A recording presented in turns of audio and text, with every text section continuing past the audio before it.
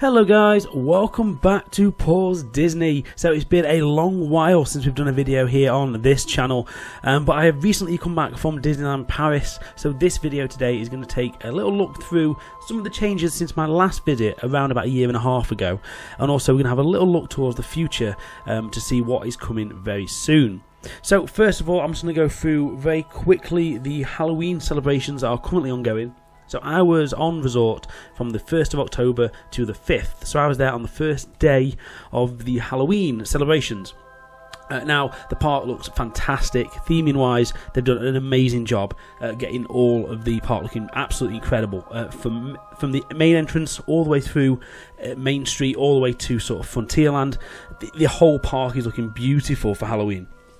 And they've even added some new bits, at least for me, some new bits into Disney Village this year as well, which makes it look a little bit better.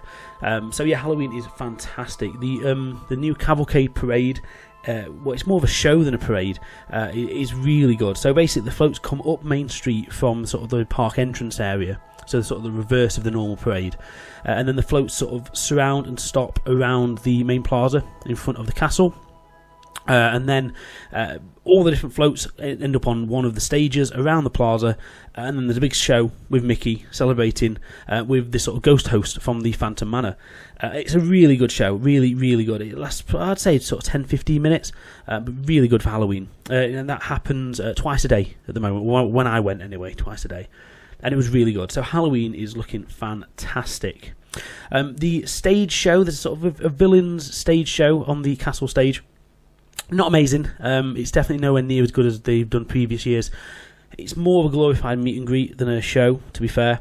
It lasts about 10 minutes. They go really quickly through a few songs, and then it's just a case of, right, we're now going to meet you in the crowd. So I think it's a bit of a cop-out, personally.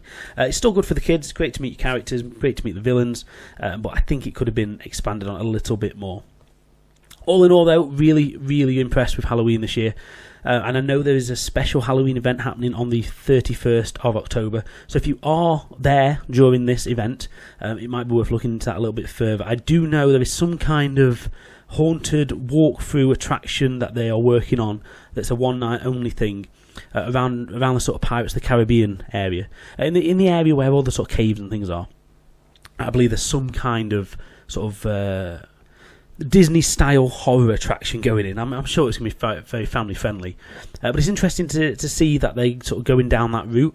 Hopefully something next year will be a bit more permanent. I'd love to see a sort of Disney villains, pirate, ghost-style sort of scare attraction, obviously on a kind of Disney scale.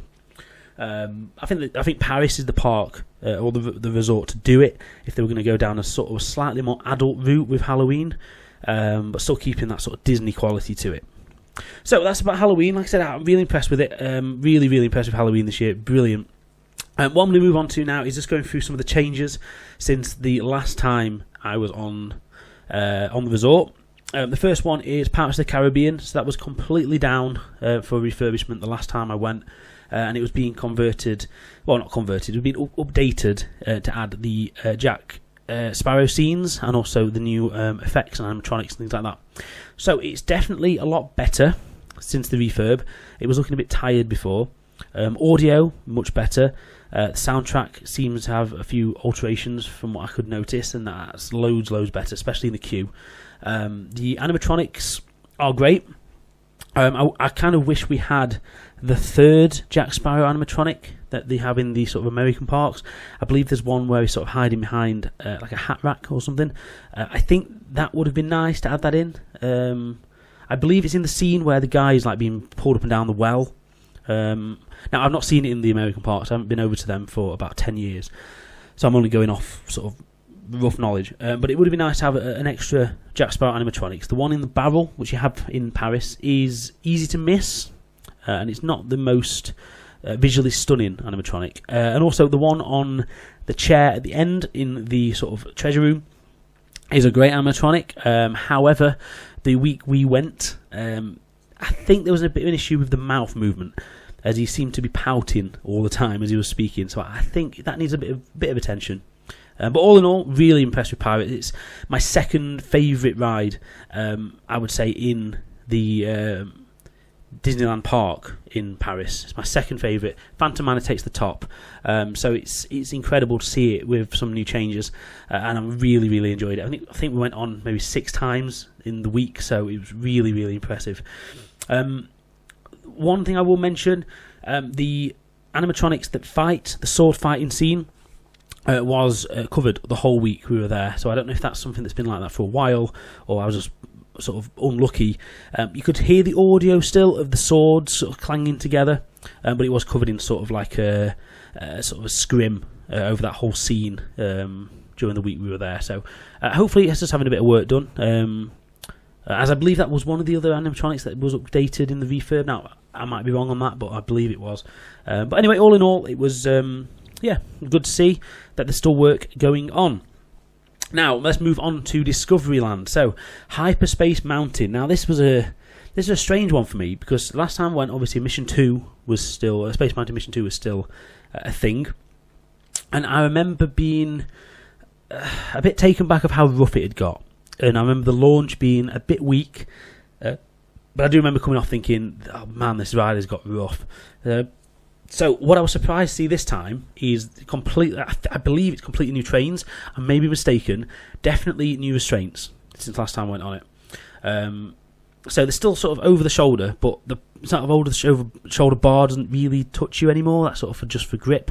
And then you've kind of got like a harness that's connected to 2 seat belts over the shoulder. Very strange harnesses. I've never seen anything like it before. The only thing I can describe it to is if you've ever been on a B&M flying coaster like Air Galactica or on Towers. That style ride, the way you have the sort of chest harness that tightens up, is the only thing I can really compare it to. Now, in terms of the ride experience, I'll talk about the coaster itself first. It feels a lot smoother. I don't know if they've changed the coaster, the wheels. I don't know what they've done, but it's a hell of a lot smoother than it was last time. So that definitely gets a thumbs up from me, because it was bearing on unbearable last time. It was really sort of on the edge. But yeah, the coaster experience, incredible. And the Star Wars overlay. Now, I'm not a big Star Wars fan. I'll put that out there straight away. I like them. I like the movies. I've seen most of them. I've not seen any of the new ones, but I wouldn't call myself as a fan. I just appreciate what they are. But I think in this experience of Hyperspace Mountain, it definitely makes it a better experience. As soon as that Star Wars music kicks in as you leave the station, you already think, oh, I'm on something special. The launch is better. It feels faster. It's a shame they've lost the cannon aspect to it, so there's no steam coming out the cannon doesn't move, the door doesn't close, all that kind of stuff. I feel that could be improved, but I mean that might come back if we ever get Mission 2 back. But yeah, the steam on the launch I think would be worth bringing back. But in terms of the actual ride experience with the Star Wars overlay, the projections, the lighting, all that kind of stuff, it is amazing, absolutely incredible. They've done a fantastic job inside that ride, and I would say they've plussed it from, I'd maybe give it a 6 out of 10 to I'd give it a solid 9 now. I really do think they've improved it.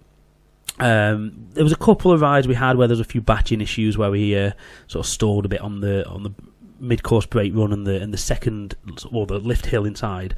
However, it was fine. The audio catches up. It's obviously planned for that to happening on occasion. But yeah, the experience really good. I was overly impressed with Hyperspace Mountain. Yeah, really impressed. So Hyperspace Mountain, again, a good thumbs up from me.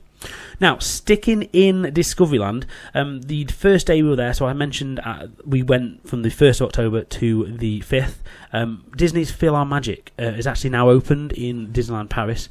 For anyone who's unfamiliar with this, we did, I think, a very brief overview of this ride, attraction in a previous video. So check that out if you're unsure.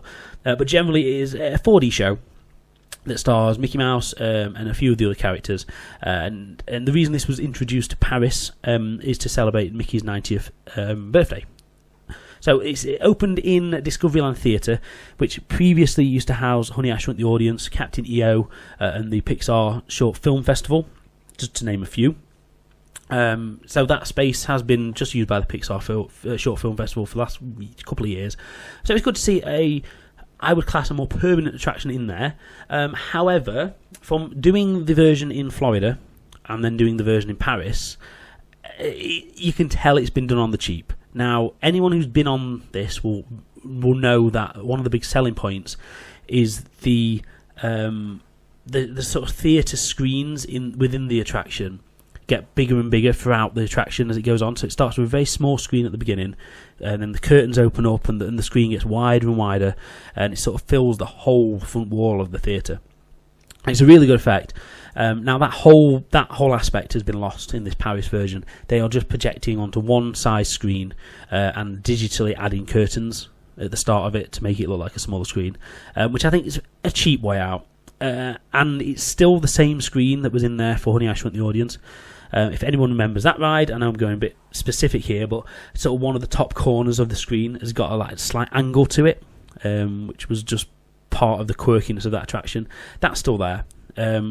Above the doors at either side of the theatre, you've still got the sort of light bulb with the wings kind of logo from the Imagination Institute, which is obviously from Honey, I Shrunk the Audience. So there's a lot of things still in there that they've not removed and they've not updated. The main one for me is the end of the ride. Anyone who's been on PhilharMagic knows at the end of it, Donald gets fired out of a cannon towards the viewer. And at the back of the theatre, there's a little animatronic where he's kicking out the wall. Now, that scene is still in this version. He gets fired out the cannon, but there's no animatronic, there's no audio behind you. It's just kind of like, that's it, done. Please leave the theatre. So, I was expecting big things from it, but I was a bit disappointed. I'm a big fan of PhilharMagic, but I was a bit disappointed, I'll be honest. Now, I did only do this once during my week, and it was the day we arrived, and I was very sort of tired and jet lagged. We had a long journey, had a lot of driving, so maybe if I'd gone back a few days later and appreciated it again, I'd have had a better view on it, but none of us really wanted to go on it again, so that was the kind of mindset it gave us. Now, in terms of the sort of French to English presentation of it, this was one thing that I didn't see anywhere before I went. So I was wondering, how are they going to do it? Obviously, Disneyland Paris, a lot of their shows and rides are bilingual, so a lot of it will be French and English. Now, I was wondering how they're going to do it with this ride. They didn't go down the sort of one English showing, one French showing kind of route that I thought they would. But what they have done is all of the sort of storyline audio that is in the original PhilharMagic, so the audio between Mickey and Donald, is all still remaining in English. The majority of the songs remain in English, but certain bits of the songs they have dubbed. Well, they've used the French versions of the songs, so it's a very solid mix of French and English, and I think it works really well. So that side of things they've nailed. The audio side of things they've nailed. Just the execution of the show in that theatre, I think, could have been better. But it's good to have a solid attraction at the back end of Discoveryland, as that's a very quiet corner, but I don't think they've publicised this enough. I mean, like I said, I was there on day one and there was no queue, there was nobody around that attraction, it was barely even a half full theatre on a day one of a new attraction. Is a bit of a poor showing, so I think they need to get a bit more marketing involved in this and really sort of publicise it. And I think they could have put a bit more money into this, to be perfectly honest, but it's good to have a permanent attraction added into the park. Now, very quickly, we'll move over to Phantom Manor. Now, this is still down for refurbishment. It has been down since around July this year. Originally was scheduled to open in October. Now, when I originally booked this, I was hoping to get the reopening of Phantom Manor within my week. Obviously, a couple of months back, it was announced that they extended the rehab until January of next year, which is a shame. But I'm happy in a way that they are updating the attraction, because it needed it. It was looking very tired. The animatronics were very old. A lot of the effects were either broken or showing their age. And from what I can understand, they are adding the original audio back, the original narration back to the ride when it reopens. So that I'm very much looking forward to. Like I mentioned earlier, Phantom Manor is my number one ride in Disneyland Park at Disneyland Paris, so I can't wait to get back on it. Just from looking outside of it, there are quite a number of changes outside. They have rerouted the queue. It looks like they've added a new gazebo, but either going to be a meet and greet area or potentially a fast track area. And what links to a fast track area is they've added a second queue and a sort of a clock that leads up to the front of the entrance to the ride. So it definitely seems like some kind of fast track's going to be in there. Whether it's going to be the traditional fast track with the machines, I don't know. Maybe there's going to be a new version. Only time will tell from that one. But literally as of this morning of recording this video, they've reopened a little bit of the front of Phantom Manor. The ride's still down obviously until January, but they've reopened Boot Hill, the little graveyard scene, and now Jack Skellington meet and greet is actually in that new gazebo I was talking about, which makes me think it's probably going to remain as a meet and greet. However, bear in mind, Jack Skellington meet and greets normally last until end of October, November, potentially into Halloween, into Christmas sort of time. So there's still a bit of time between that Jack Skellington meet and greet ending and the ride reopening, where they could add in the fast track machines to that location. However, I don't know. Only time will tell on that one. So yeah, it looks very amazing from the outside. I mean, they've done a good job of making a building look old, which is a skill in itself.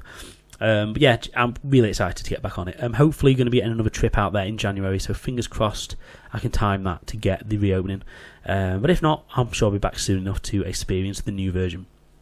Okay, now we're going to talk about some hotel stuff. So this time I stayed in the Cheyenne, the Hotel Cheyenne, which is the sort of Wild West themed hotel. I've stayed there previously, and it's been undergoing quite a lot of refurbishments as well over the last couple of years, and this is the first time I've been since the refurbishments ended. Well, I mean of the hotel anyway. The food area is still undergoing a little bit of renovation, but in terms of the hotel rooms, they are substantially better than what they were before. They are really, really nice. They've all got sort of a Toy Story, Woody's Roundup kind of theme now. Keeping some of the old quirks that used to be in there, like the lamp with the boot and the sort of traditional fans on the ceiling. All that remains, but instead of having the bunk beds now, you have sort of like a couch area that pulls out into another double bed. The rooms are brilliant. The bathrooms are really nice. The features, fittings, beds, everything's really, really nicely presented. The beds themselves, the mattresses are hard, very hard. Some people like that. I personally don't. But that's the only thing I had to complain about in the room, other than the safety deposit box safe not really working properly, but that's fine, I can live without that. But yeah, the room's amazing. Hotel looks fantastic. You can tell that it needed work before, and they have done exactly what it needed to be done. So the deal that we stayed, or we had to stay in that hotel, was a free dining offer, where we got a sort of half-board dining plan upgrade included in our stay, which is what I normally do when I go to Disneyland Paris, as I like to experience this sort of dining plan side of things. So since last time I went, I stayed in the Sequoia Lodge last time, but since then they have changed it now. So with the free offer, you no longer get your breakfast in the hotel buffet. You have to go into the park. So this is where my first complaint comes from the trip. You get given a bit of paper on check-in where they explain which park restaurant you can get your breakfast from. And bear in mind, there's only one location on resort where you can get this breakfast from on this free dining plan. And I know it's a free offer, but compared to what you got before, it's a poor show. So let me first talk about the actual breakfast itself. So you have the choice between two options, a sweet and a savoury. The savoury option is a sort of, they call it an omelette burger. It's essentially a brioche bun with an omelette in it, a slice of cheese, and a slice of sort of ham with a kind of nondescript creamy sauce, which I don't know what that sauce is. It was nice. I had that every day. This was the option I had every day, so that's the main bulk of that meal. So you get that burger. You get the choice between a croissant or a pain au chocolat. You get an orange juice or water and a coffee or a hot chocolate. So it's quite a substantial amount of food and drink. Obviously, the two bits of food and the two drinks is good. It's not a choice of either or, so I quite like that. So that was the savoury option. The sweet option is a croissant or a pain au chocolat, a bread roll with jam, various different flavours of jam, and again the same with orange juice, water, and a coffee and hot chocolate, that sort of thing. So the four of us that went in my group, everyone sort of tried a bit of everything, and generally the consensus was it's a decent enough breakfast. But, and this is where the big but comes in, the execution of getting the breakfast is done in a complete shambles. So, while we were there, it was in the Cafe Hyperion in Discoveryland. So this is the food outlet, which is in the same building as the Videopolis stage. So the building sort of opposite the Space Mountain, the Hyperspace Mountain entrance, with the big airship above it. That's the place I'm talking about. So no matter what time you go in to get this breakfast, and bear in mind you can only go in during your magic hour and up until 10:30. So you only have 2 hours to get this breakfast, 8:30 till 10:30. No matter what time you go in, and we tried numerous times, you will be queuing an absolute age to get this.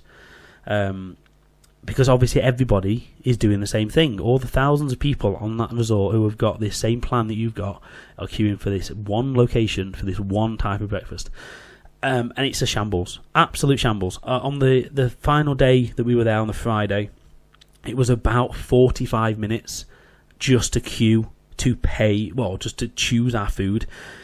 Absolute shambles. When you've only got an hour for early magic hour and you're queuing 45 minutes of that for breakfast, it is not a good solution. So I really do hope Disney look at this and change it back to either the buffet in the hotel or allow anywhere on the parks, plural, both parks that serve breakfast, for you to redeem this offer from. Because having it on one location is an absolute mess, and I really, really hope they change it back, because it doesn't work. And my only issue with the breakfast, the actual food aspect of it, like I said, it's not as good as the buffet, but I can see why they've done it. It's a free offering, fair enough. I'm not arguing about this. The food offering is quite nice. The omelette burger, weird. I don't know what it is, but it was tasty and it filled you up. It's just the execution again lets them down with it. They need to sort that out. You should never have to queue 45 minutes. We were 4 adults, so we can deal with it.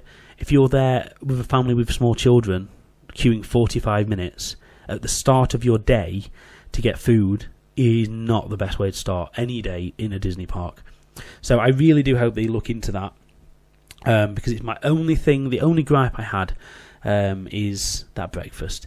Now, to expand a bit more on the food, so the plan that we had this time was the sort of the standard dining plan, which only really includes the 2 of the in-park buffets, a few of the buffets in the hotels, and obviously the quick service counters.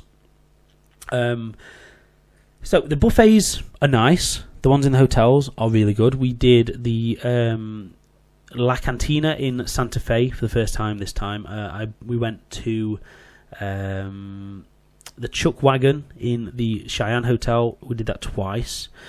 We also did the Plaza Gardens in the Magic Kingdom style park, so Disneyland Park, which is just sort of at the end of Main Street. Last time we did the buffet option in the Studios Park as well. So I've done most of the buffets now that are included in this plan. And the food is good quality, good selection, desserts are amazing. My issue, again, with all this is you only get 1 drink included with a buffet. And for some reason, Paris don't seem to have refillable drinks anywhere, like fountain drinks. We found one in one location, which I'll move on to in a second. But the buffets all seem to be either one can of drink that's like €6 or something, or you get 1 refill of a glass of Coke or whatever. Just don't be so cheap, Disney. It's a drink. Like, some people want more than 1 drink, and bear in mind when you're paying with the sort of dining plan, you sort that out when you go into the place.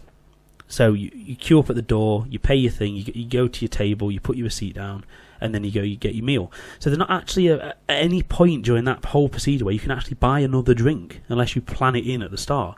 So if you get half of a meal and feel, I fancy another Coke, you don't have the option to. So that is a bit awkward for the in-park meals. The ones at the hotels, yes, you can go to the bar, buy another beverage, which I did on a few of the occasions, like a cider and stuff. But I just feel they need to improve the drink offering with that buffet. It should be unlimited soft drinks, which again, like I said, it's very hard to find that in Disneyland Paris. However, one location does have it, and that is in the Lucky Nugget. So this is a quick service location. I say quick service, it's kind of a muggle between the two. It's got a menu of a quick service, but sort of a table service as a seated restaurant. So you go in and you choose what meal you want at basically the doorway of the restaurant. A little person at a till. You tell them what you want. The server takes you to your table, and then the food's brought to you. And now, bear in mind, a lot of the menus at Disneyland Paris are sort of like you get a main meal and you get a set dessert. That is how it works. You can't really mix and match stuff. However, the meal I had in the Lucky Nugget was the sort of Halloween seasonal meal at the moment. Well, it was a really nice burger. From what I remember, I think it was a bagel sort of bread with a really nice burger inside of it. Really good meal, that one. And then the dessert was kind of like a creamy cheesecake that shaped like an eyeball. Really nice. I've got I think a few pictures somewhere of the eyeball. Really good. And that was the only place on the whole property of where we ate this time that had refillable drinks. It was a pain to get them. I feel as if nobody ever asks, because between a few of our our sort of main meal starting, we'd all finish our drinks, and about 3 occasions I did ask the server to refill the drinks. Either she didn't understand me or ignored me. We didn't get those until after the desserts came out. So in all, we got 1 refill of our drinks, which is better than anywhere else on site, but it's still not amazing. Considering, like I say, we did ask at least 2 or 3 occasions.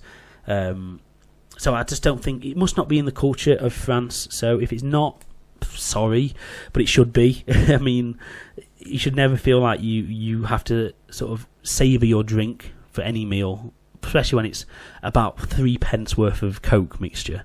It just seems baffling to me. So they're my only criticisms from this whole trip, is the breakfast and the lack of sort of drink options. Now, food and drink prices obviously is what you expect. It's a Disney park, it's going to be expensive. But one little tip that I have found this time, which I haven't noticed before, so taking the Hotel Cheyenne just as the example, that's the only hotel that I've stayed in within the last year. Now, in the bar, they've got a massive array of cocktails. The one I tried, I can't remember the name of it, but it was really nice. It was essentially a mojito with a bit of bourbon whiskey. Really good, absolutely fantastic. I'd have it again. My issue with it was 12 euros for this one drink. And 12 euros is quite a lot of money for one drink. But it's fine. You're on holiday. You expect to pay Disney prices. Now, the hotel gift shop has a fridge that contains bottled drinks, waters, cokes, that kind of thing. In the bottom and top of this fridge, there were cans of beer, which I believe were about 5 euros, but they also had 2 types of wine. So a bottle of Chardonnay and a bottle of Rosé. Now, these bottles of wine were only €14.99. So €14.99. So compare that price to any of the drink prices in the bar, and you're on for a winner. And over the week, we had a bottle of each of those between us to taste and try, and both of them actually were quite nice. I'm not really much of a wine drinker, but the rosé especially was really nice. So a little tip for you, if you're ever in the mood for a little bit of a tipple while you're away, just pop into the shop. It's open till about 11:15 at night, so it's open quite late. Get yourself a bottle of wine. They are corked bottles, so if you've not brought a corkscrew with you, which I don't know anybody who would, you can ask the person in the shop to open it partially for you, which is what we did. So she basically takes the cork about halfway out and then get it back to your room, pull it out the rest of the way, and then jobs are good and you've got yourself a nice bottle of wine. So that's my little tip for the hotel, for any alcoholics out there. So that's generally about it for today's little overview. So I've just wanted to go through my views on some of the new stuff, and there's also a few issues with the sort of dining plan and the hotel side of things. But all in all, it was a fantastic trip. Like I said, we're already planning to go back in January, all being well, and I'm hoping to get out to Florida for Walt Disney World in sort of September of next year as well. But it's been around about 9-10 years since I've last been, so fingers crossed we can get out there.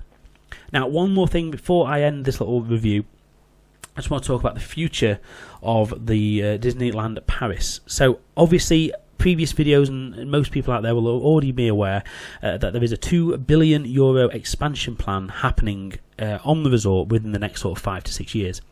The big plan is to expand the Studios Park, currently where the sort of entrance to the Backlot Tour, Studio Tram Tour is. That will expand up into a new pathway, a massive lake, and then they're going to introduce a Frozen and Star Wars area, along with the current sort of left-hand side of the park, so where your Rocky Roller Coaster is, that area is going to be sort of rethemed to Marvel. So that's the master plan for that park.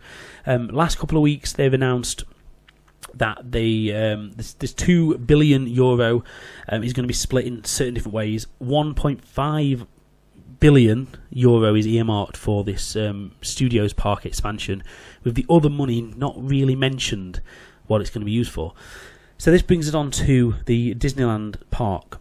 So currently, well, as of now, right now, recording this video, in that park, when you're stood in front of the castle at the end of Main Street, looking straight at that castle, you've got numerous attractions to your right in Discoveryland, numerous attractions open in Fantasyland, and then you move sort of to the left hand side of the park, Frontierland and Adventureland, and no kidding, you've got 2 rides open. That entire side of the park, there are 2 rides open, one of which is the Pirates of the Caribbean and one is Big Thunder Mountain.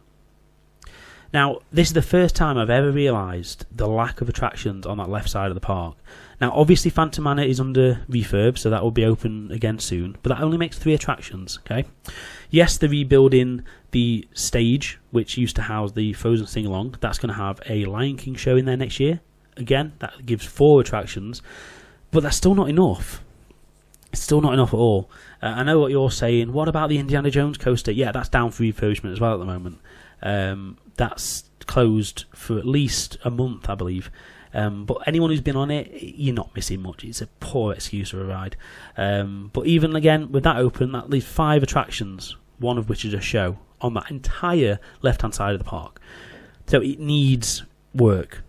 And I know there's always been plans for expansion room. When you go on the train around the entire park, you can see the room's still there, that they obviously plan to have the Indiana Jones Dark Ride at some point, but it just never happened. Personally, for me, Indiana Jones Dark Ride, Splash Mountain are required in that side of the park. It needs at least 2 big e-tickets, maybe 1 little filler ride, couple possibly, but it needs work. It really does. You don't have enough to do. There is not enough to do in that park, especially on the left-hand side. So fingers crossed, this 500 mil is a lot of money. Could potentially get in some new attractions to the much needed left-hand side of that park. Like I said, that's purely speculation. It's just my thought process on it, but I really hope that happens. But let me know what you guys think. If you made it through this long in this video, thank you. And yeah, let me know what you think. Have you been to Disneyland Paris? Are you excited for the changes? Has anything new surprised you in my little review? Or is there anything that I've got slightly wrong or missed? Let me know. Drop it down in the comments below. If you've enjoyed the video, give us a like, and don't forget to subscribe to the channel. Now, this video will be up on both Pause Disney and Pause Games, so if you are new to one of those 2 channels, subscribe to the other one. Nice load of crossover stuff's going to be happening soon, and there's going to be plenty more content coming out from this Disneyland Paris trip. I'm going to go into a little bit more detail on a few other stuff over the next week or so, while it's fresh in my mind. And like I said, we are hopefully going to be back in Jan, and then a massive trip to Florida next year. So thank you ever so much, guys, and I will see you in the next video. Cheers, bye.